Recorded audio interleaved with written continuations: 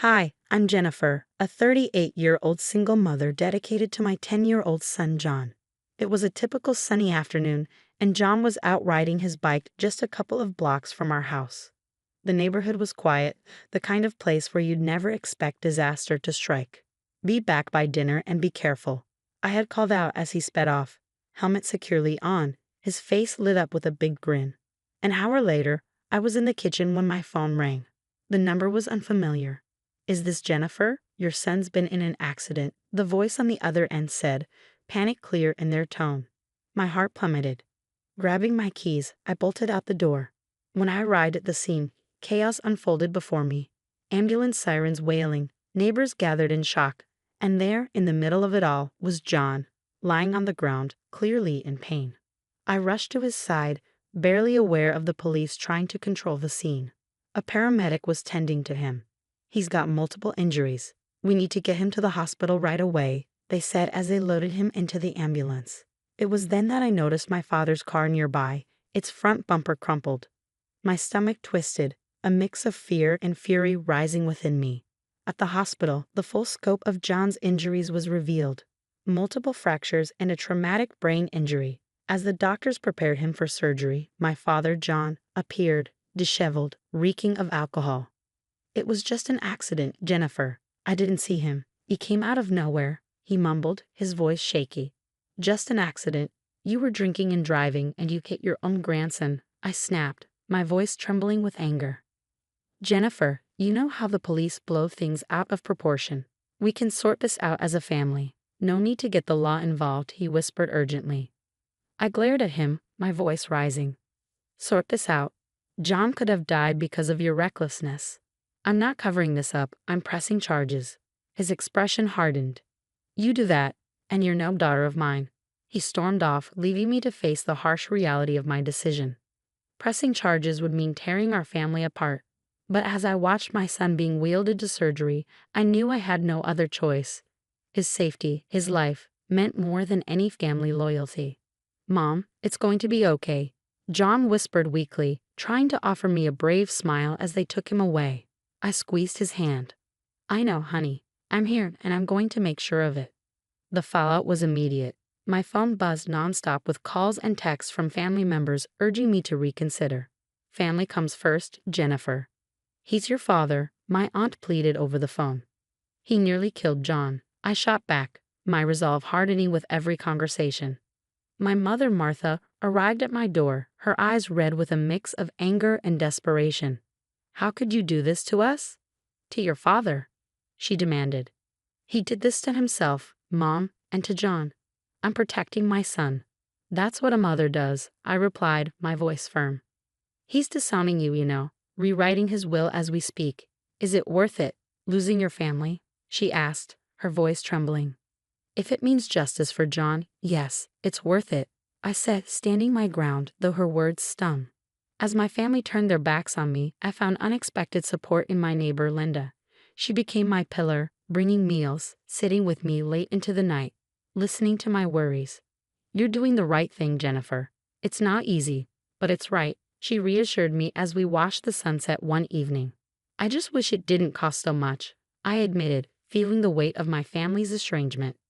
"Some costs are necessary. You're teaching John to stand up for what's right. That's priceless," Linda said with a comforting smile. Days turned into weeks, and the tension only grew. My father made one last attempt to change my mind, calling me with a cold, distant voice. "Last chance, Jennifer. Drop the charges or you're out of the will. Think of your future." "My son's future is my only concern," I replied firmly. "Do what you have to, Dad. I've made my choice." As I hung up, I felt a strange mix of liberation and loss. I was free from his manipulation, but at the cost of my family ties. It was a high price, but looking at John, slowly getting better each day, I knew I had made the right choice. With Linda's help, the community rallied around us, organizing support for John's medical bills and offering the emotional comfort my family no longer provided. Her kindness reminded me that family isn't always defined by blood, but by the bonds we choose to nurture and the people who stand by us when life gets hard. As the legal proceedings against my father unfolded, each session in the courtroom felt like a battle. His lawyer painted him as a regretful grandfather who made one unfortunate mistake. It was an accident, a tragic lapse in judgment, the lawyer argued. But I stood my ground, my voice unwavering. He chose to drink and drive. That decision almost cost my son his life. It's not just a mistake, it's a crime. The tension in the courtroom was palpable. The prosecutor, a stern-faced woman with a reputation for being tough, methodically laid out the evidence. Traffic camera footage, witness testimonies, and John's medical reports. Reliving the accident through each presentation was painful, but it was necessary. Outside the courtroom, public opinion was divided. On social media, some people supported my decision to hold my father accountable, while others accused me of tearing our family apart. "He's family, you should have handled this privately," read one comment. Another countered, "Justice has no familial boundaries. She's brave for standing up." Meanwhile, John's recovery was a slow, grueling process. Every small step forward in physical therapy was a victory, and his resilience became my beacon. Watching him struggle yet persist gave me strength I didn't know I had. "You're getting stronger every day, John," I encouraged during one of his therapy sessions as he grimaced through the pain, determined. "I want to get better, Mom, so we can ride bikes again," he said with a brave smile. One day, after an exhausting court session, I came home to find him trying to walk without his crutches. My heart leaped with both fear and pride. "Careful, John," I called out. "I can do it, Mom, look." His smile as he took those tentative steps made all the turmoil worth it. Our story caught the attention of a local news reporter who requested an interview. Reluctant but realizing it might help sway public opinion, I agreed. "Why go public with this? Why not forgive and move on?" The reporter asked during the interview. "This isn't about forgiveness. It's about accountability and protecting others from the same pain," I explained, hoping my words would resonate with those still on the fence. As the trial neared its end, the weight of the potential outcomes hung heavily over me. But regardless of the verdict, I knew I had done everything possible for John. This fight in court wasn't just about legal justice, it was about affirming our values, about showing John that standing up for what's right is the only way to live, no matter the personal cost. "I'm proud of you, Mom," John whispered one night as I tucked him in. His words echoed in the quiet room, filling me with a deep sense of pride. His simple, honest words fortified me.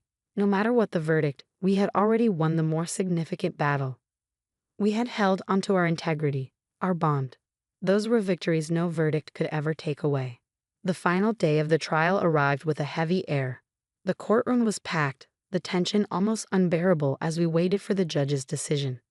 Despite the overwhelming evidence we presented, the defense had exploited every legal loophole, casting doubt wherever they could. The evidence presented is circumstantial at best.